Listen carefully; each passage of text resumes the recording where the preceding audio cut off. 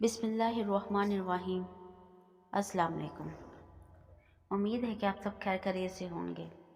اللہ پاک ہم سب کا حامی و ناصر ہو، آمین۔ رمضان المبارک، فرشتوں کی دعا اور یاقوت کا محل۔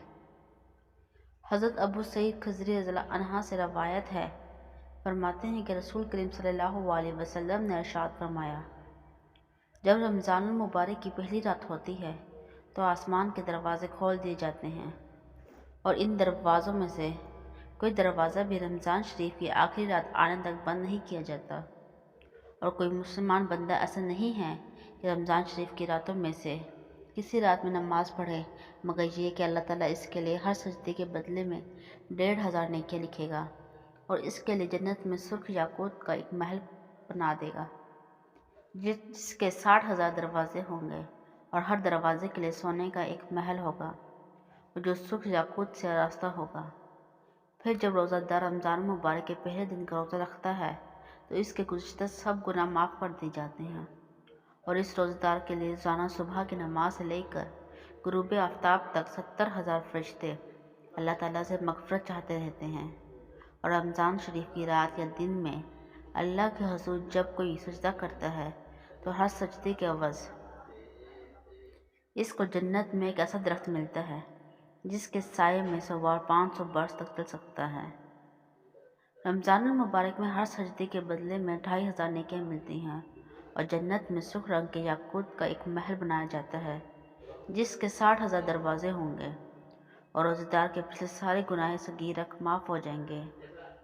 اس کے لیے روزانہ صبح سے لے کر شام تک 70,000 فرشتے اللہ تعالیٰ سے مغفرت کی دعا کریں گے۔ ہر سجدے کے بدلے میں جنت میں ایک ایسا درخت لگایا جائے گا جس کے سائے میں سوار 500 سال تک چل سکتا ہے۔ اس ثواب عظیم کو حاصل کرنے کے لیے ماہ رمضان تک اگر دنیاوی مصروفیات بالکل چھوڑ دی جائے تو بھی بہت سستا سودا ہے، ورنہ ان کو کم سے کم کرنا تو مشکل نہیں۔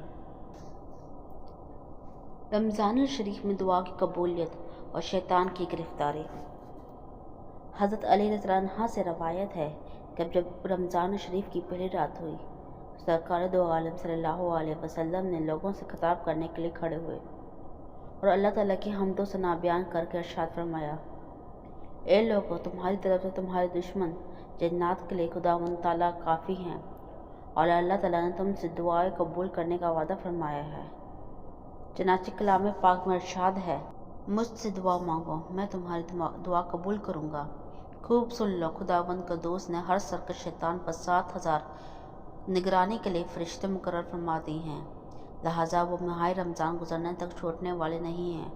اور یہ بھی سن لو، رمضان شریف کی پہلی رات سے آخری رات تک آسمان کے دروازے کھلے ہوئے ہیں، اور اس مہینے میں دعا قبول ہوتی ہے۔ جب رمضان المبارک کے آخری عشرے کی پہلی شب ہوتی تو رسالت مآب صلی اللہ علیہ وسلم حمد و عبادت میں مصروف ہونے کے لیے تہبند کس لیتے اور ازواج محترمات سے علیحدہ ہو جاتے، اعتکاف فرماتے، شب بیداری کا اہتمام فرماتے۔ کسی نے پوچھا، یعنی تہبند کس لیتے کا مطلب کیا ہے؟